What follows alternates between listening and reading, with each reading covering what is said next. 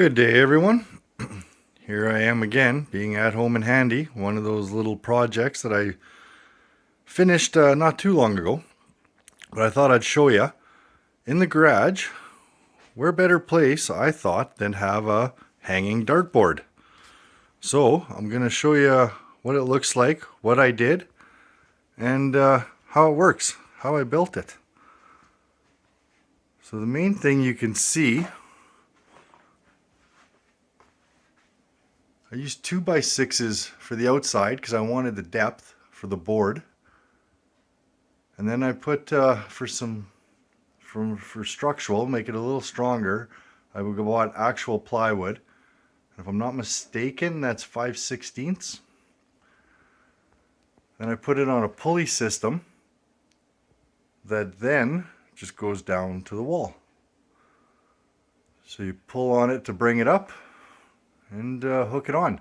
I could have put a cleat on the wall just to hold it, but I didn't trust it. Too many break points per se.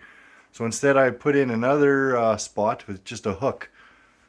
So once you get it up to position, then you just hook it in. So now the pulley has zero weight on it. I didn't like the fact that the pulley would have weight on it 100% of the time when it was stored.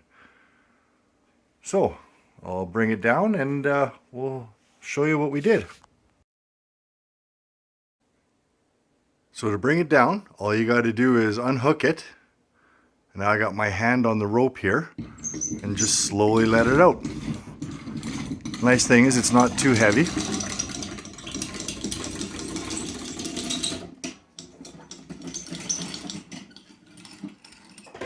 There we go. And then down below, I intentionally put it on a clip system so that way I can disconnect that, remove that out of the way. And then on the sides, I found that it was swinging. So what I did was just got a couple of brackets, bent one, put a bolt in it, and then just cut out the end of where the hole is. Just got a 4-hole strap. And then I just put a screw on the side, and that is enough where it doesn't bother you now. Just a little bit of wiggle, but it doesn't bother you when you're playing. I did the same on the other side, just to hold it. Let me just get in here, sorry about that. And then what I did, I wanted the outside to look natural, like the outside, so when it's up on, it doesn't look like any, it looks unassuming. But I stained the inside to make it look nice. Using a piano hinge, I just used another piece of that 5/16 plywood, so that way I could open it up and put a scoreboard on one side. So now, that's what we got. I was going to put another board across right up in here as a shelf, and then I could put something there towards, you know, dart room or whatever you want to put in your man cave. So now, you can see what I did down here. All I did was use an eyelet bolt, some washers and nuts, and bolt it in. Screwed in just some holes on the side to hold the darts. Scoreboard is simple, screw it on. Once you know, make sure you got a tall enough piece that you're putting in on your hinge to actually support whatever it is that you want there. Don't put anything too heavy. The other thing was, it was a bit dark and shadowy when you were throwing.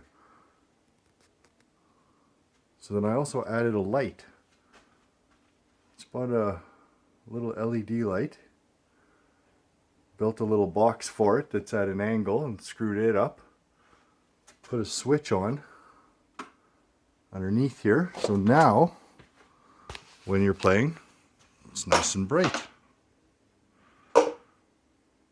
Yeah. Give me a second here and I'll climb up and I'll show you how I hinged it. I couldn't find anything that really worked pre-made per se, so I had to kind of invent something. So I'll show you what Here we are up top. Because of the way my studs lined up, my studs were this way, so therefore I had to mount a 2x4 across, so therefore I had the ability to mount it wherever I wanted and not trying to line up with a stud.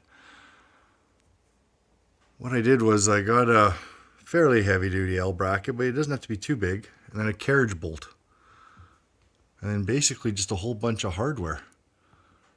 You want to make it though so that you tighten this side to that side, so that's tight. There's a little bit of slack between here and the end of your carriage bolt, so that's what creates your pivot point. So I did that on both sides, and a bit of monkey around trying to figure out what I was going to do, but used it a bunch now and works pretty seamless. One thing you're going to want to do is make your rope long enough so that you can still grab it even though it's hanging down right now after disconnecting it. Put a knot in it so it doesn't go all the way up and fall out through it, so that way you're safe that way. And then all you do is just pull it until it gets all the way back up to the top. Once you get there, there's enough that it stays up there. I only do it halfway. I'm one-handed here, but you can see, and then it's out of your way while you're playing. Then all you got to do is step on a little stool and grab the end from up top. Give it a pull down when you're ready to go back up, and just clip it back on. Too easy. Okay, so to show you what I did inside, how I mounted this was, I'm trying to take this right off and it won't come completely off because the supports, I'm not about to take them off again, so I'll just show you. On the backboard, all I did was I mounted a 2x4.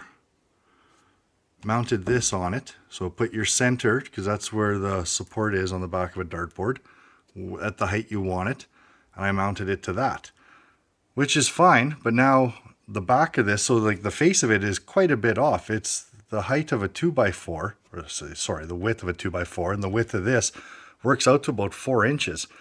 So in order to get a clean install, I needed this back part to have something that could stop a dart continuously and be out 4 inches. So what I came up with was insulation, and I found that if you bought the small stuff, the skinny stuff, and just put a screw every once in a while and screwed them together from the back side, it was much cheaper than actually buying like a couple of 2-inch pieces or something really thick. It was really not much more of any effort. I bought some really tight-knit felt, and you can see where it was cut and glued on. So when you do that, once you build this, before you put on your foam, you're going to have to notch for your 2x4 where it sticks out on either side. So your 2x4 goes right across. In theory, I guess you could make your 2x4 from there to there, so then this you wouldn't have to. It would just be the full depth. I wasn't thinking that far in advance when I put the 2x4 in. I was just thinking structurally, I wanted to make sure that it removed any wobble or anything. So, but if I was going to do it again, that might be the easier way, is cut your 2x4 on either end, and then you don't have to notch your insulation. So on this one, I notched it, as you can see. And then after putting this on and just pushing it on, of course with one hand, we'll see how it goes. Give me one. Okay, and then just push it in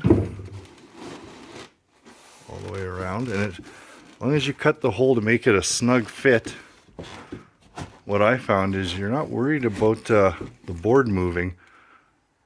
This is holding it more than anything. So it is solid. There is no movement within the cabinet. And there you go. And that is my garage dartboard. If you have any questions about how I did it, throw a comment down below and ask me. If there's something you wanted to know a little bit more about what I did. The whole system works pretty well. I wouldn't change anything, to be honest. Other than I got to figure out, beautify that up there a little bit. Maybe you can give me some ideas. What sign should I put up there? Or, I don't know, sports and bar room, or sports and poker room. Liquor in the front, poker in the rear. Who knows? Yeah, if you found this was helpful, give me a subscribe and a like, and throw me any questions or comments you got on it. Build your own and throw a pic of it. Cool. See you later.